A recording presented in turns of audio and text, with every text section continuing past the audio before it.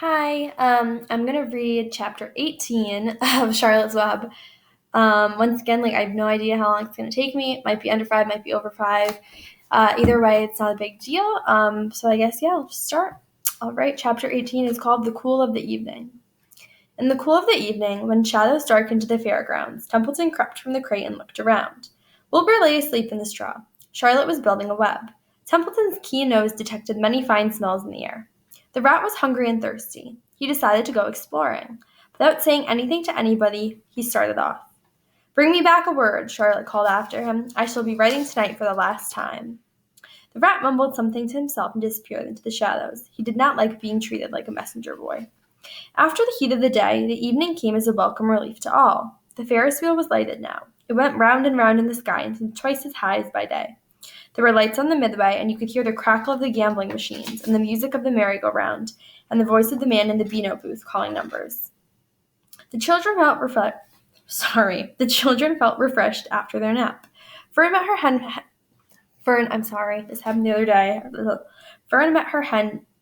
Fern met her friend, Henry Fussy, and he invited her to ride with him in the Ferris wheel. He even bought a ticket for her, so it didn't cost her anything. When Mrs. Arable happened to look up into the starry sky and saw her little daughter sitting with Henry Fussy and going higher and higher into the air, and saw how happy Fern looked, she just shook her head.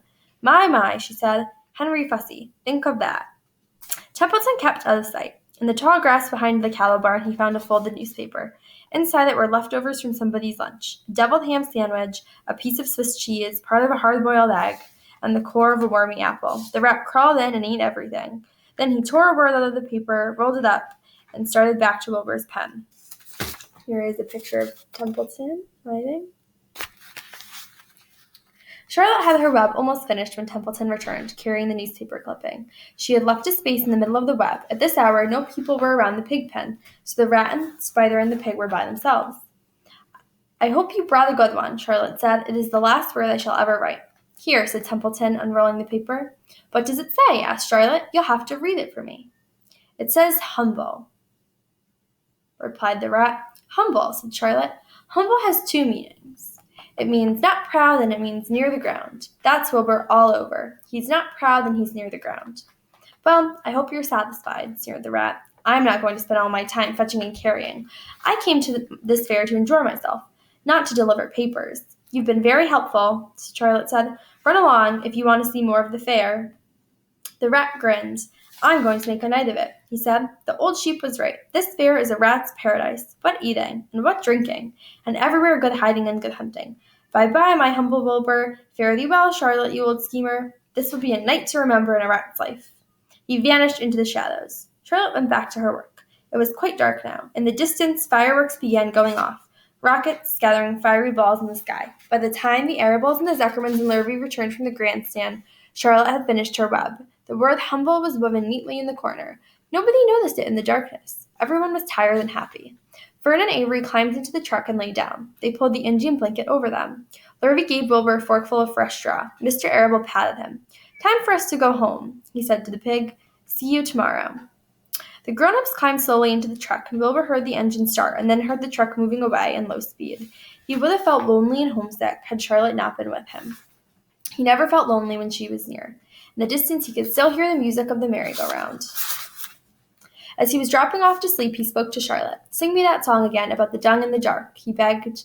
"Not tonight," she said in a low voice. "I'm too tired." Her voice didn't seem to come from her web. "Where are you?" asked Wilbur. "I can't see you. Are you on your web?" "I'm back here," she answered, "up in this back corner." "Why aren't you on your web?" asked Wilbur. "You almost never leave your web." "I've left it tonight," she said. Wilbur closed his eyes. "Charlotte," he said, after a while, "do you really think Zuckerman will let me live and not kill me when the cold weather comes? Do you really think so?" "Of course," said Charlotte. "You are a famous pig, and you are a good pig. Tomorrow you will probably win a prize. The whole world will hear about you. Zuckerman will be proud and happy to own such a pig. You have nothing to fear, Wilbur, nothing to worry about. Maybe you'll live forever. Who knows? And now, go to sleep." For a while there was no sound. Then Wilbur's voice. "What are you doing up there, Charlotte?" "Oh, making something," she said. "Making something as usual." "Is it something for me?" asked Wilbur. "No," said Charlotte. "It's something for me, for a change." All right, so I am not going to finish the chapter. It's almost done, and I'll just make a second video.